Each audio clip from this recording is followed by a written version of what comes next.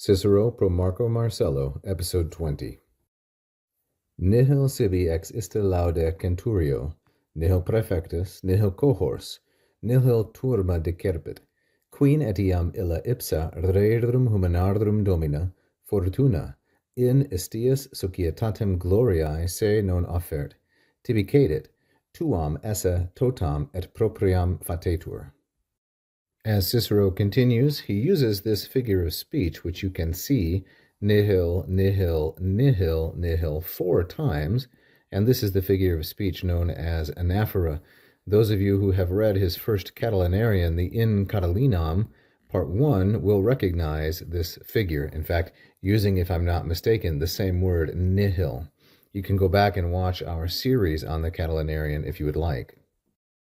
So he says, ex iste laude, from that praise, meaning the praise due to you, a centurion, a prefect, a cohort, a squadron, and each one of these are nominative. So centurio, masculine, singular, and nominative.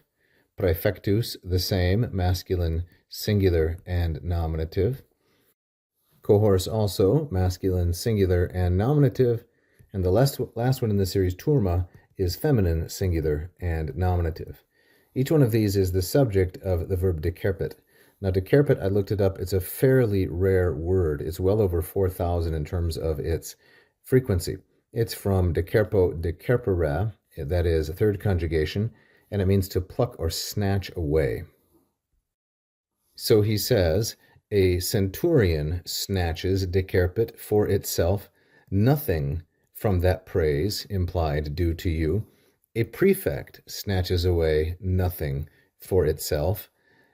A cohort grasps at nothing.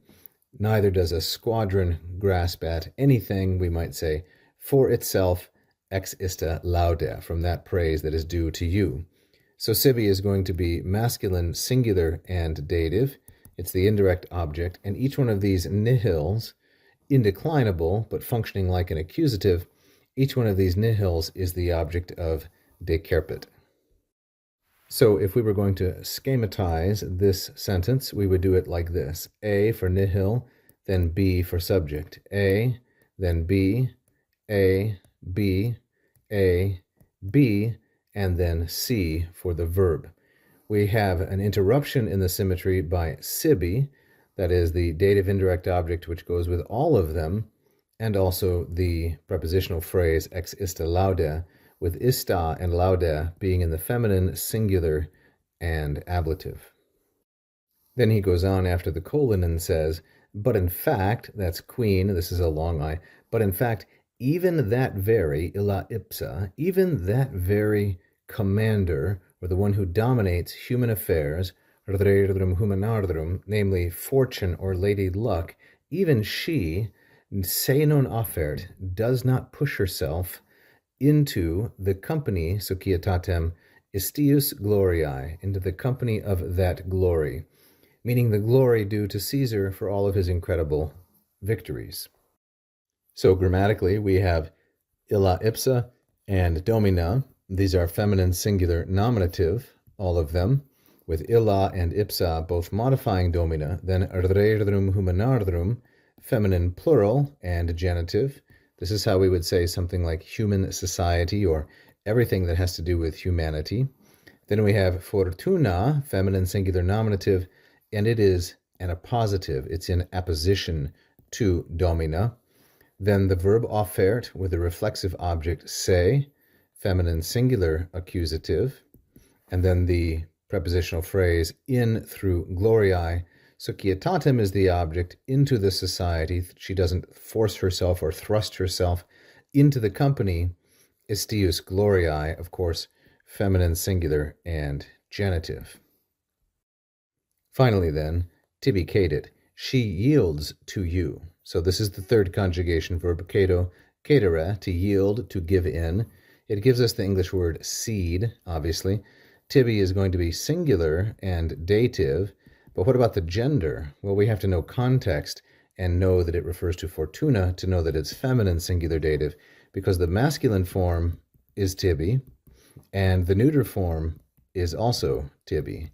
She yields to you tuam esse totam et propriam fatetur.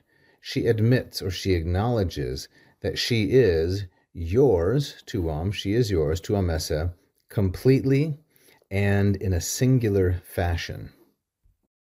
So what we have here is oratio obliqua. Fatetur, which is second conjugation, deponent, fateor, fateri, is introducing oratio obliqua, that is, indirect statement.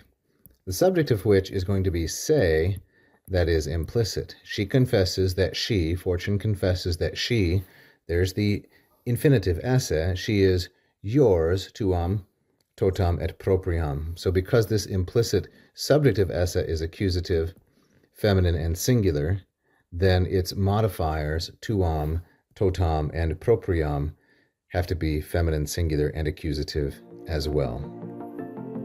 Thank you so much for watching this free video. I hope that you learned a lot about the classical languages and advanced your knowledge and enjoyment.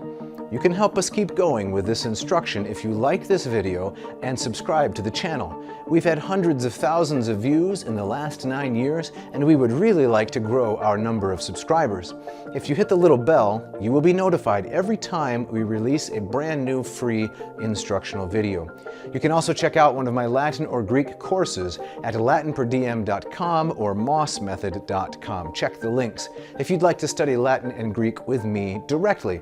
So keep learning, and vale tote omnes.